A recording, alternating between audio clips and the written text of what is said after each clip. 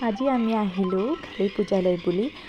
প্ৰতি বছৰে আমাৰ ঘৰৰ পৰা মানে কালী মন্দিৰত কালী পূজাৰ দিনাখনি চাকি এগছি আগবঢ়োৱা হয় ঘৰৰ ভালৰ কাৰণে।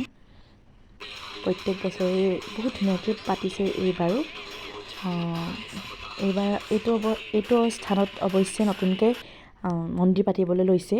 সৰু সৰু ল'ৰা ছোৱালীবিলাকে খেলি আছে। তাৰপিছত এইটো আই লাভ টি লৈ ৱাও ধুনীয়াকৈ বনাইছে দেই। মানুহবিলাকো লাহে লাহে গোট খাইছে আৰু আমি সোনকালে গ'লোঁ বাৰু। এয়া আমি গৈছিলোঁ, গোটেই ফেমিলিটো গৈছোঁ আমি। তাতে আৰম্ভ হৈছে আৰু বলি বিধান এতিয়ালৈকে চলা নাছিলে। তাৰপিছত ওচৰতে পূজা পাতি কৰাৰ পাছত ওচৰতে দোকান এখনত আহিলোঁ। ভণ্টিজনীয়ে পকৰি আলু চপ তেনেকৈ বনাই আছিলে, আমি খালোঁ।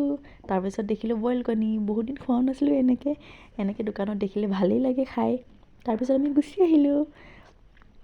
এইবিলাক ৰাস্তাৰে কেনেকৈ সজাইছে মানুহবিলাকে সেইবিলাকে চালোঁ আৰু। Bye bye.